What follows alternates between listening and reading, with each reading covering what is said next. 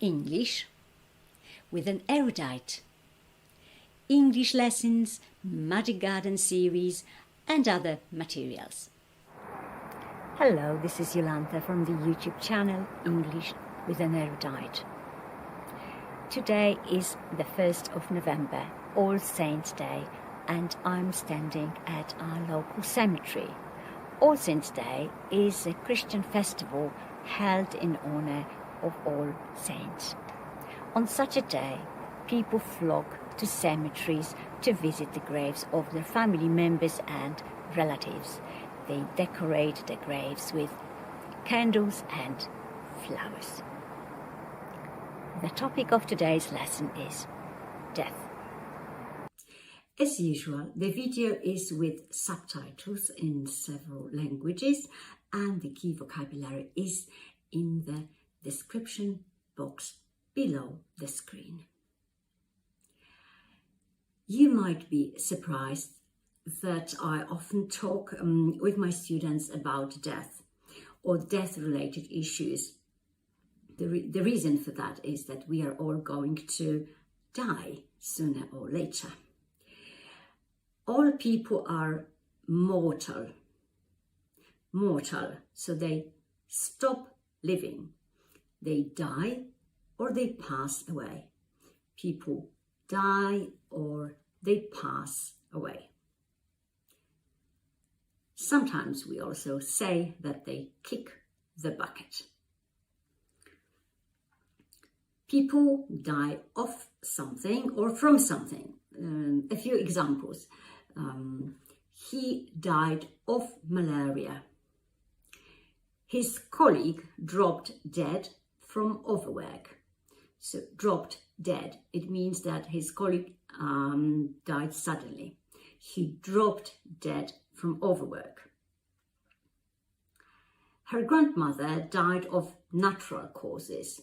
She died of natural causes, so probably she died from old age or an illness. His parents died in a plane crash. His parents died in a plane crash. He committed a suicide. He committed a suicide. If somebody commits a suicide, he or she kills himself or herself. Sometimes people drown, so they die in water because they cannot breathe in water. Sometimes they suffocate because there isn't enough air to breathe, so they suffocate, or unfortunately they starve to death. They starve to death because there isn't enough food for them to eat. A death may be accidental and unexpected, or it may happen in supervised care, such as hospice or in a nursing home or in hospital. People who have died are referred to as the dead. The dead. The opposite of that is the living. So you and I, we belong to the living. A person who has died is sometimes referred to as the late so-and-so. So, for example, the late Mr. Tompkins or her late mother. The body of a dead person is called a body or a corpse. A body or a corpse. The place where dead bodies are kept initially is called a mortuary or a morgue. A mortuary or a morgue. However, I remember when I was a child, people used to keep a corpse in their homes, and the neighbors and family members would come to pay their respects. Sometimes a medical examination of a body is necessary, especially if the death occurred in suspicious circumstances and we don't know the cause of death. Such an examination is called a post-mortem or an autopsy. A post-mortem or an autopsy is performed by a trained specialist, and it is usually part of the inquest. The inquest is an official investigation to find out the cause of someone's death. The official paper which says that somebody has died and why they have died is called a death certificate. A death certificate. An obituary is a text with the information about a person's life and their funeral. And it used to be printed in a newspaper. I can still see obituaries just put up on one particular lamppost in the area so that everybody can read it. Nowadays, it is very common to post obituaries on the internet.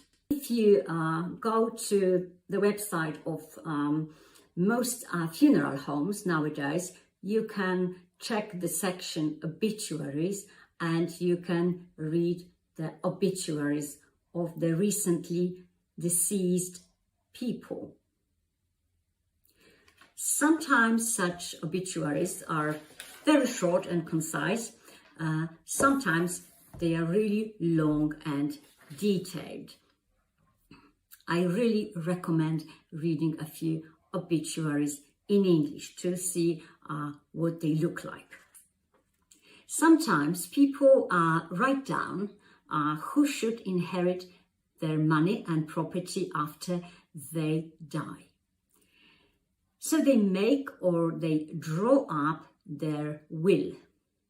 They make a will or they draw up their will, very often with the help of a lawyer, of a solicitor.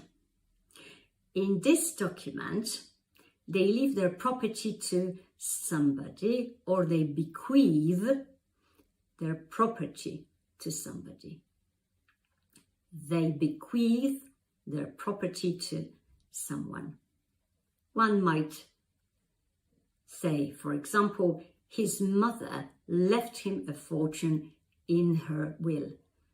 Her mother bequeathed him a fortune in her will.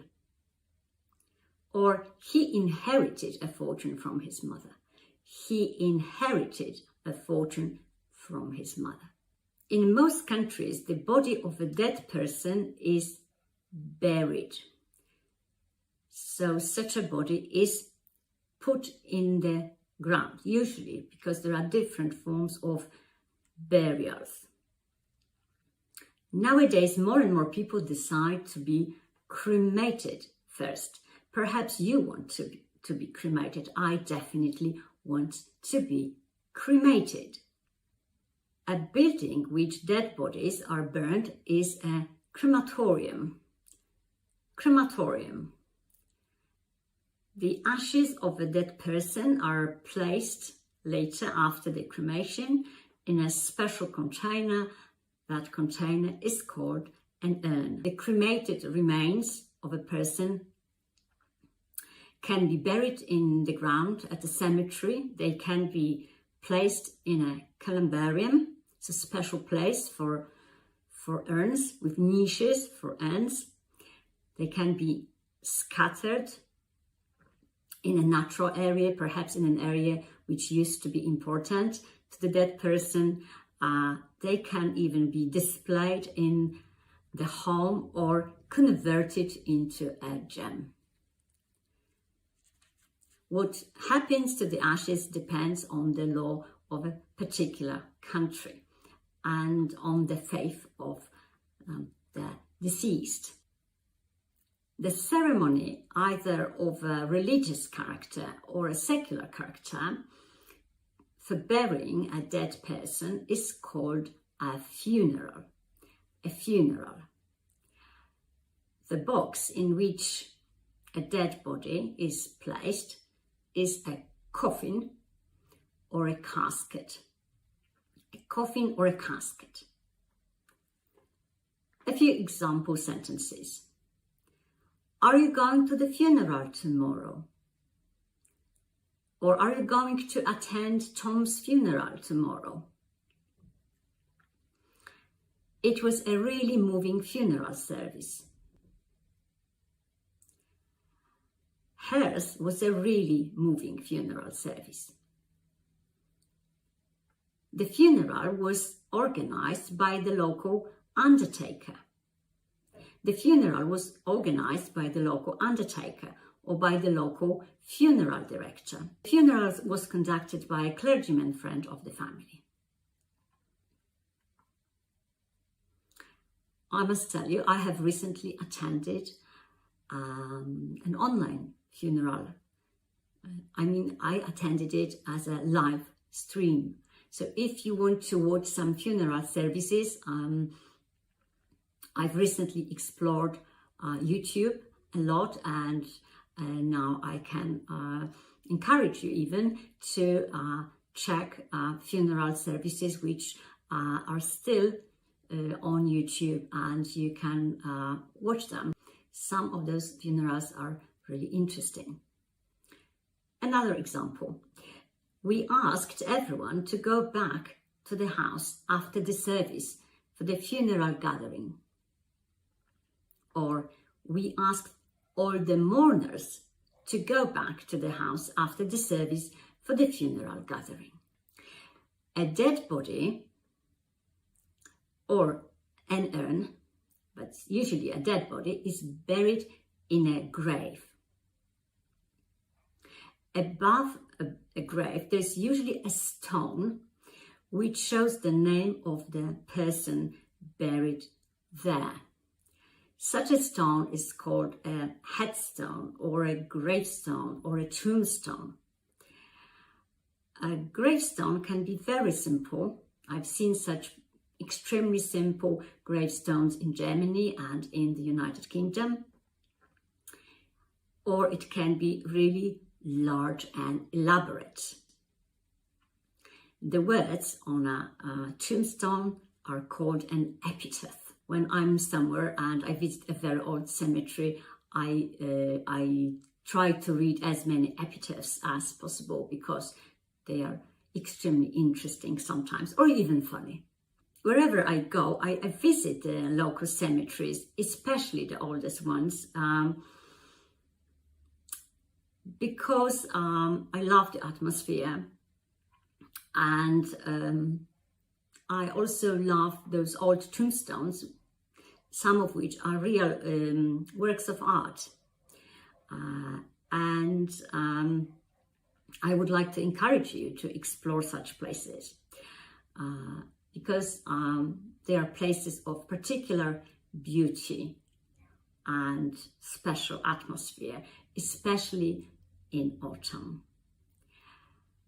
If I'm lucky, I also enjoy a lovely, uplifting view such as this one.